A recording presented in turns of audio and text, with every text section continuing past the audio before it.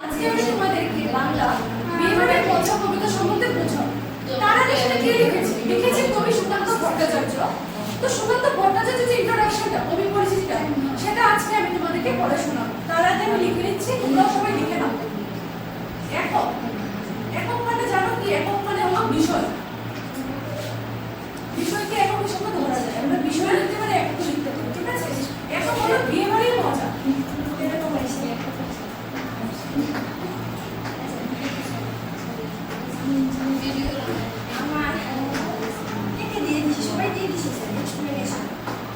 Please silent class.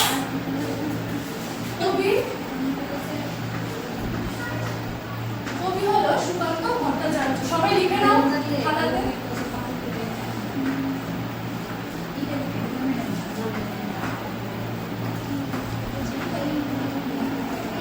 Sukanta ভট্টাচার্যের জন্ম হয়েছে 1926 সালে। লিখো খাতাতে, আমি জিজ্ঞেস করবো সবাইকে। জন্ম 1926 খ্রিস্টাব্দে এবং তিনি মৃত্যুবরণ করেন 1947 খ্রিস্টাব্দে, ঠিক আছে? সুকান্ত ভট্টাচার্যের জন্ম 1926 খ্রিস্টাব্দে এবং মৃত্যু 1947 খ্রিস্টাব্দে। তিনি কলকাতার কালীঘাটে তার দাদা মশাইয়ের বাড়িতে জন্মগ্রহণ করেন। কলকাতার যে কালীঘাট, তোমরা হয়তো শুনেছো কালীঘাট নাম। কালীঘাটে দাদা মশাইয়ের বাড়িতে তিনি জন্মগ্রহণ করেন। অত্যন্ত দারিদ্রতার মধ্যে সুকান্ত ললিত পালিত হন, মানে ছোট থেকে বড় হন অতি দারিদ্রতার মধ্যে, ঠিক আছে? তার পিতার নাম নিবারণ চন্দ্র ভট্টাচার্য। লিখে নাও সবাই পিতার নাম। সুকান্ত ভট্টাচার্যের পিতার নাম হলো নিবারণ চন্দ্র ভট্টাচার্য।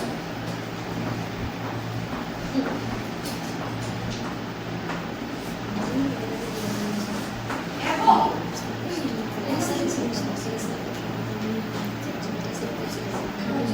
মাতার নাম হলো সুনীতি দেবী। মাতার নাম কি? সুনীতি দেবী। সবাই লিখো খাতাতে, আমি চেক করবো। মাতার নাম হলো সুনীতি দেবী। অতি অল্প বয়সে তার কবিত্ব শক্তি বিকাশ ঘটে। তার যে সেই কবিতা লিখে, সেই শক্তিটার বিকাশ তার খুব কম সময়ে হয়ে যায়। তার বয়স যখন 9-10 বছর। আমরা 9-10 বছর কি অ্যাচিভ করতে পারি? কিছুই না। তোমাদের 12 বছর তোমরা কি অ্যাচিভ করেছো? কিছুই না। সুকান্ত ভট্টাচার্য 9-10 বছরে তিনি প্রচুর ছড়া লিখে আত্মীয় স্বজনদের কাছে কবি খ্যাতি লাভ করেছেন। আত্মীয় স্বজনদের কাছে তিনি খুব বিখ্যাত হয়ে গিয়েছিলেন সেই কবিত্ব শক্তি লাভ করে। চতুর্থ শ্রেণীতে পড়ার সময় তার সহপাঠীরা, মানে তোমরা যে এক আরেকজনের সহপাঠী, সবাই ক্লাসমেটস, তখন সুকান্ত ভট্টাচার্যের ক্লাসমেটসরা একটি হাতে লেখা পত্রিকা তৈরি করেন, ঠিক আছে? সেখানে তারা সুকান্তের নাম লিখেছিলেন সঞ্চয় এবং এতে একটি হাসির গল্প তিনি সে সময় লিখেছিলেন। অশৈশবে তিনি ছিলেন সংস্কার মুক্ত। বিদ্যালয়ের শিক্ষক মহাশয়ের উৎসাহে তিনি প্রতিভা বিকাশের প্রেরণা লাভ করেন। যে আমাদের শিক্ষকের যে এনকারেজমেন্টের জন্য সে অনেক কিছু লাইফে অ্যাচিভ করেছে সুকান্ত ভট্টাচার্য, ঠিক আছে? কিশোরী বাহিনী নামে তার একটি কিশোর সংগঠন ছিল। কিশোর বলতে আমরা কি বুঝি? ছোট কিশোরী বাহিনী ছিল তার একটা সংগঠনের নাম, একটা গ্রুপ বলতে পারো। আমাদের ছেলে গ্রুপ থাকে, সেরকম একটা গ্রুপ। কবি সুকান্ত মাত্র 21 বছর বয়স জীবিত ছিল। তোমরা কি জানো তিনি খুব অল্প বয়স জীবিত ছিল, মাত্র তিনি মৃত্যুবরণ করেন। কিন্তু সেই 21 বছর বয়সে তিনি এরকম একটি কাজ করেছেন যার জন্য তার নাম এখনো বইয়ের পাতার মধ্যে রয়ে গিয়েছে, ঠিক আছে? তিনি অনেক কাব্যগ্রন্থ লিখেছেন, তিনি অনেক কবিতা লিখেছেন, তার পাশাপাশি তিনি নাটক, গান অনেক কিছু লিখে দিয়েছেন।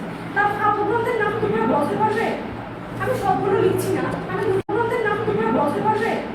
আমি সবগুলো লিখছি না। আমি দুটো কাব্যগ্রন্থ এখানে উল্লেখ করে লিখে দিচ্ছি, তোমরা নোট করে নাও খাতাতে। মাতা পিতার নাম লিখেছো তো? আমি মুছে দিচ্ছি, এখানে কাব্যগ্রন্থের নাম লিখেছি, তোমরা লিখে নাও। পরিচিত তো 15 মিনিট 20 মিনিট একটানা করলে হবে। সবগুলো পার্ট যাতে কাটি কোশ্চেনে কাব্যগ্রন্থ একটা হলো ছাড়পত্র। পার্ট করে আপনারা তোমরা সবাই লিখো খাতাতে।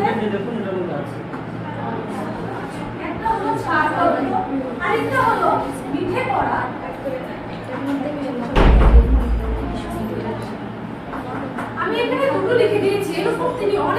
লিখেছেন কাব্যগ্রন্থ। এখানে তার মধ্যে আমি দুটো লিখেছি, একটা হলো ছাড়পত্র আর একটা হলো মিঠে করা। ওই মিঠে করা কাব্যগ্রন্থ থেকে কবি সুকান্ত ভট্টাচার্য বিয়েবাড়ির মজা কবিতাটি নিয়েছেন। ঠিক আছে, এখানে কবি বলেছেন বিয়েবাড়ির মজা সম্বন্ধে তিনি কি বলতে চেয়েছেন। তিনি বলতে চেয়েছেন বিয়েবাড়ির আনন্দময় ছবি বর্ণনা করতে গিয়ে কবি আমাদের সমাজে দুই শ্রেণীর মানুষের কথা বলেছে। আমাদের সমাজে দু রকম শ্রেণীর মানুষ আছে, একজন ধনী এবং একজন বোঝা। ধনী শ্রেণীর মানুষেরা বিয়ে উপলক্ষে অকারণ অর্থ ব্যয় করে, যেটা করার দরকার নেই। যেখানে 200 টাকা খরচ করার দরকার সেখানে তারা 500 টাকা খরচ করছে, অকারণে অর্থ ব্যয় করছে। পাশাপাশি অসংখ্য গরিব মানুষ অনাহারে অর্ধাহারে দিন কাটায়। মানে এই যে দুর্ভিক্ষের সময় সুকান্ত ভট্টাচার্য যখন লিখেছেন বিয়েবাড়ির মজা, তখনকার সময় খুব দুর্ভিক্ষের সময় ছিল। সেই সময় একজন খুব অনাহারে টাকা ভাসিয়ে দিচ্ছে জলের মতো, কিন্তু অপরদিকে এই গরিব দুঃখীরা খেতে পাচ্ছে না। না খাওয়ার ফলে ওরা মানে রাস্তাঘাটে পড়ে রয়েছে, ওদেরকে দেখার মতো কেউ নেই। কিন্তু আরেকদিকে বিয়ে বাড়িতে 100 জন 200 জন করে বিভিন্ন ধরনের খাবার আয়োজন করা হয়েছে, অথচ অনেক লোকেরা তা ফেলে চলে যাচ্ছে, খাচ্ছে না। কিভাবে অন্ন ধ্বংস করছে সেই কথাটা কবি সুকান্ত ভট্টাচার্য বিয়েবাড়ির মজাতে বলেছিলেন। আজকে আমি কবি পরিচিতিটা সম্বন্ধে তোমাদের বুঝালাম। নেক্সট ডে আমি তোমাদের কবিতাটা পড়াবো এবং তোমাদেরকে জিজ্ঞেস করবো তোমরা কতটুকু বুঝেছো। ঠিক আছে, থ্যাংক ইউ ক্লাস। বিয়েবাড়ির মজা বলতে আমরা কি বুঝি? এখন আমি পড়ছি কবিতাটা, তোমরা শুনো মন দিয়ে, তারপরে আমি তো জিজ্ঞেস করবো। বিয়ে বাড়ি বাজছে সানাই, বাজছে নানান বাদ্য। আচ্ছা, বাদ্য বলতে আমরা কি বুঝি বলতে পারবে? বাজনা। বাজনা, একদম রাইট। এগুলো তো লিখেছো তোমরা, আমি মুছে দিচ্ছি। হ্যাঁ, বাদ্য বলতে কি বুঝি? বাজনা।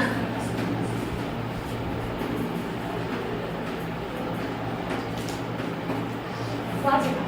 একই ধারে তৈরি হচ্ছে নানা রকম শব্দ, হইচই আর চেঁচামেচি, আসছে রুচির গন্ধ, আলোয় আলোয় খুশি সবাই, কান্নাকাটি বন্ধ। এখানে বলছে বিয়ে বাড়ি একদিকে বাজছে সানাই, বাজনা পাচ্ছে, সানাই পাচ্ছে, একই ধারে তৈরি হচ্ছে নানা রকম খাদ্য। বিয়ে বাড়িতে যে সবাই আসবে কি খাবে সেরকম মানে তাদের যে আয়োজনটা তারা তৈরি করছে। হইচই আর চেঁচামেচি, আসছে রুচির গন্ধ, হইচই আর চেঁচামেচি, আসছে রুচির গন্ধ, আলোয় আলোয় খুশি সবাই, কান্নাকাটি বন্ধ। মানে এই যে খুশিতে সবাই আনন্দে মেতে উঠেছে, কিন্তু ওই যে কান্নাকাটি মানে বিয়ে বাড়ির যা পরিস্থিতি থাকে, ওই মানে বিয়ে বাড়ির আনন্দে সেটা তখন তারা ভুলে গিয়েছে, তার জন্য কান্নাকাটি বন্ধ। বাসর ঘরে সাজছে বলে সকলে উৎফুল্ল, বাসর ঘরে সাজছে বলে সকলে উৎফুল্ল। উৎফুল্ল মানে কি বলো তো? উৎফুল্ল মানে কি কেউ বলতে পারবে? আনন্দ।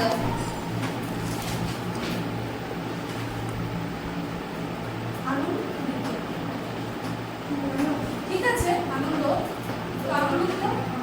শুনতে ভালো লাগে। ফুল্ল মানে আনন্দ। লোকজনকে আসতে দেখে কর্তার মুখ ফুলল। কর্তা কি? কর্তা হলো এখানে কর্তা বলতে মেয়ের বাবাকে বোঝানো হয়েছে। আসুন আসুন বসুন সবাই, আজকে হলাম ধন্য। বাবা বলছে আসুন আসুন বসুন, আত্মীয় স্বজন সবাইকে তিনি আপ্যায়ন করছেন, আসুন আসুন বসুন, আজকে হলাম ধন্য। ওদের আগমনে উনি ধন্য হয়ে গিয়েছে। যৎসামান্য এই আয়োজন আপনাদেরই জন্য। আচ্ছা, যৎসামান্য বলতে আমরা কি বুঝি? যৎসামান্য স্বল্প বা অল্প।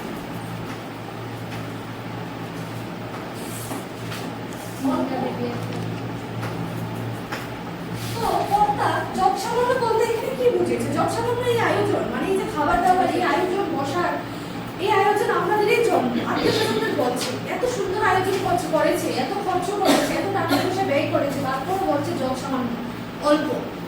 মাংস, পোলাও, চপ, কাটলেট, লুচি এবং মিষ্টি খাবার সময় এদের প্রতি দেবেন একটু দৃষ্টি। দৃষ্টি মানে দৃষ্টি বলতে কি বুঝি আমরা? দেখা। দেখা।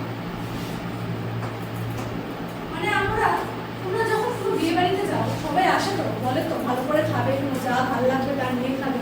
মানে এটা তোমাদের দেখছে যে কিভাবে নিচ্ছ, খাচ্ছ কিনা, সেই আপ্যায়ন করছে। তার জন্য বলছে মাংস, পোলাও, চপ, কাটলেট, লুচি এবং মিষ্টি খাবার সময় এদের প্রতি দেবেন একটু দৃষ্টি। বর আসেনি তাই সকলে ব্যস্ত এবং উৎসুক। আচ্ছা, উৎসুক মানে কি? কেউ বলতে পারবে? উৎসুক ইচ্ছা।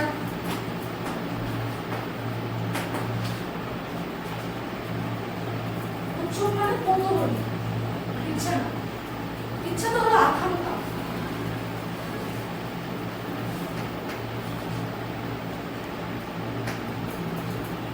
উৎসুক মানে কৌতূহল।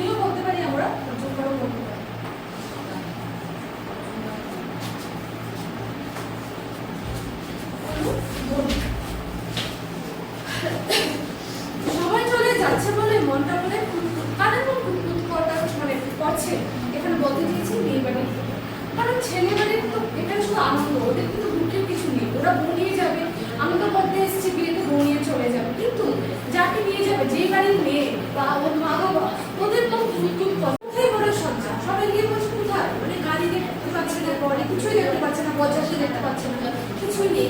কোথায় ফুলের মালা, ফুলের মালাও নেই। সবাই হঠাৎ চেঁচিয়ে উঠে পালা পালা পালা। কেন বলছে পালা পালা পালা?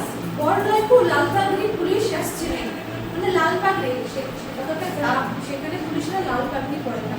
পুলিশ এসছে নেমে, বিয়ের বাড়ির লোকগুলো সব হঠাৎ উঠলো ঘেমে, ঘেমে উঠেছে স্বাভাবিক। পুলিশ কেন আসলো, ওরা আনন্দ করতে আসলো বিয়ে বাড়িতে, কিন্তু পুলিশের গাড়ির শব্দ পেলো, পুলিশকে দেখতে পেলো, সবাই নার্ভাস হয়ে গিয়েছে, তাই ওরাও ঘেমে উঠলো। বললে পুলিশ এই কর্তা, পুলিশ বললো এই কর্তা। কর্তাকে, কর্তা বলতে মেয়ের বাবাকে বোঝানো হয়েছে। ক্ষুদ্র আয়োজন, পুলিশ বললো এই কি কর্তা? ক্ষুদ্র আয়োজন।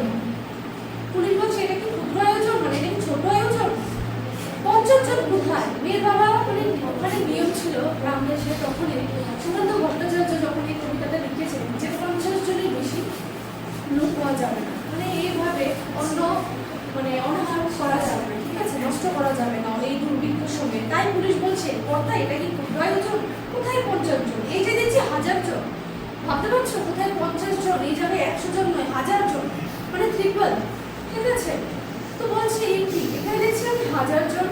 এমন করে চাল নষ্ট দুর্ভিক্ষের কালে। এই যে আমি তোমাদের বললাম সুকান্ত ভট্টাচার্য যখন বিয়ে বাড়ি মজা লিখেছেন, তখনকার সময়ে দুর্ভিক্ষের সময় ছিল, খেতে পেত না লোকেরা। তাই বলছেন এই ক্ষুদ্র আয়োজনের জায়গায় আপনি 1000 জনের লোকের খাবারের আয়োজন করেছেন, থানায় চলুন। কাজ কি এখন এখানে গোলমাল? কর্তাকে বলছে আপনি থানায় চলুন, কারণ এটা অনেক বড় অন্যায়। কর্তা হলেন কাঁদো কাঁদো, চোখে জল আসে, চোখে তো জল আসবেই। যেখানে ওনার মেয়ের বিয়ে, উনি ওনার সারা বছরের জমা পুঁজি এখানে ব্যয় করেছেন, সেখানে পুলিশ আছে ওনাকে বলছেন চলুন থানায়, ঠিক আছে। তার জন্য কর্তার মুখ হয়ে গেল কাঁদো কাঁদো। গেটের পাশে জড়ো হওয়া কাঙালিরা হাসে। এই যে বলছি একদিকে মানে আমাদের সমাজে দু রকমের মানুষ আছে, এই যে একদিকে ধনী একদিকে গরিব। এই যে ধনী ব্যক্তিকে ধরে নিয়ে যাচ্ছে পুলিশ, অন্যদিকে কাঙালিরা গেটের পাশে হাসছে। কেন? এই যে বিয়ে বাড়িতে ওদের কিন্তু আমন্ত্রণ করা হয়নি। এই যে ধনী ব্যক্তি বিয়ের আয়োজন করলেন, 1000 জন লোকের এস্টিমেট করলেন, ও তো ধনীর লোককে ইনভাইট করেছেন, ওদের স্ট্যাটাস মেনটেন করেছেন। কিন্তু এই যে দুর্ভিক্ষের কালে এই দুর্ভিক্ষরা ওদেরকে কিন্তু কেউ মানে নিমন্ত্রণ করেননি, আমন্ত্রণ করেননি যে আসুন খান। তো ওরা এই মানে এই সিচুয়েশনটা দেখে গেটের পাশে জড়ো বাগানকারীরা হাসছে যে এই দুর্ভিক্ষের কালে এতজন লোকের আয়োজন করেছেন, অথচ কেউ খেতেই পেল না। বাড়ির যে আসল মালিক ওনাকেই ধরে নিয়ে গেল, ঠিক আছে। এখানে বিয়ে বাড়ির মজাতে কবি সুকান্ত ভট্টাচার্য এটাই বুঝিয়েছেন।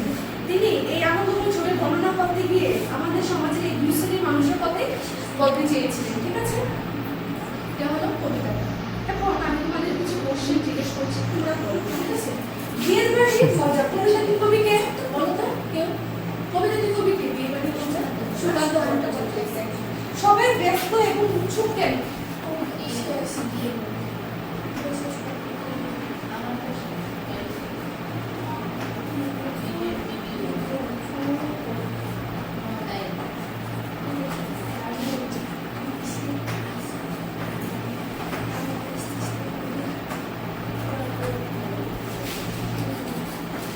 সবাই ব্যস্ত এবং উৎসুক কেন? সবাই ব্যস্ত এবং উৎসুক কেন বলো? বিয়ে বল।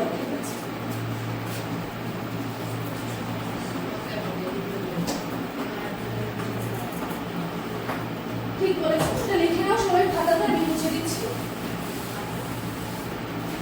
তারপর আরেকটা কোশ্চেন জিজ্ঞেস করছি, কে কিসে ধন্য হয়েছিল? কে কিসে ধন্য হয়েছিল?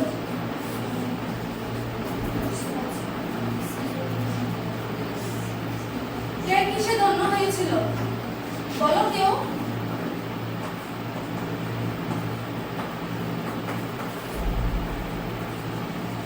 কে কিসে ধন্য হয়েছিল? আমি যে তোমাদেরকে পড়িয়েছি কে কিসে ধন্য হয়েছিল, কবিতাটা আমি আরেকবার পড়াচ্ছি, তোমরা বলে কোশ্চেন আনসার। বিয়ে বাড়ি বাজছে মানে নাকা, বর্তমানে নাকা। সবাই লিখো খাতাতে, আমি চেক করবো। শব্দ মানে হলো নাকা, ঠিক আছে। হঠাৎ পাওয়া গেল পথের মোড়ে গাড়ির শব্দ, হলুদমি উঠলো মেতে, শাক বাজলো জোরে জোরে। শাক মানে শঙ্খ। সাত মানে সংখ্যা। এগুলি লিখেছে সবাই? তাহলে আমি মুছে দিচ্ছি।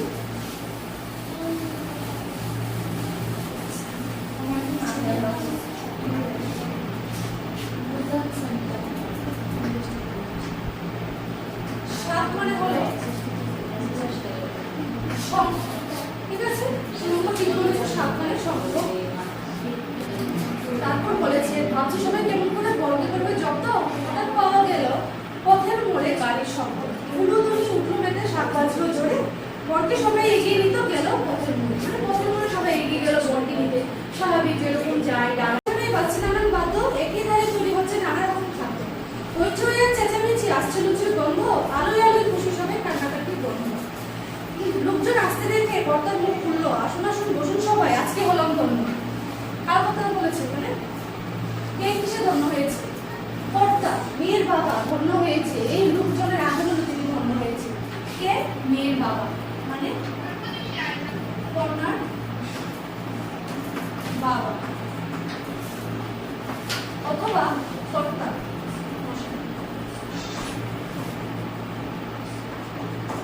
ঠিক আছে, দেখে নাও।